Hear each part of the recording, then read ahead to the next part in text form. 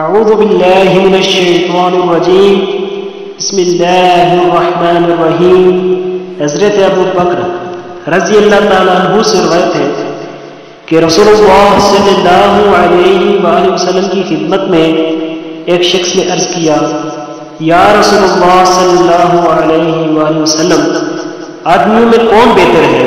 یعنی کس قسم کا آدمی آخرت میں زیادہ کامیاب اور فلاح یاب رہے گا؟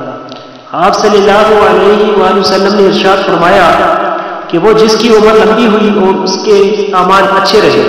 پھر اسی سائل نے عرض کیا کہ آدمی میں سب سے زیادہ برا اور آخرت میں زیادہ خسارے میں رہنے والا کون ہے؟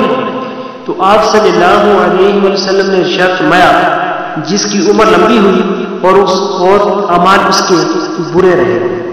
تو تشریح میں کہ ظاہر ہے کہ جب کسی شخص کی زندگی اعمال صالحہ والی زندگی ہوگی تو جتنی طویل عمر اس کو ملے گی اسی قدر اس کے دینی درجات میں ترقی ہوگی، اور اس کے برعکس جس کے اعمال اور اخلاق اللہ سے دور کرنے والے ہوں گے، اس کی عمر جتنی زیادہ ہوگی اس قدر وہ اللہ کی رحمت و رضا سے دور تر ہوتا چلا جائے گا۔